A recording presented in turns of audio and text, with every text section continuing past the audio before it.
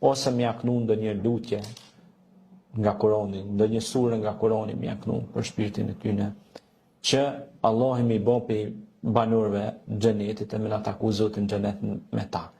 Pra kur ne bëjmë vepra humane, kur bëjmë vepra të mira, kur lexojmë Kur'an, kur përmendim Zotin, fillon më u zhduk ajo mërzia, fillon më u largu.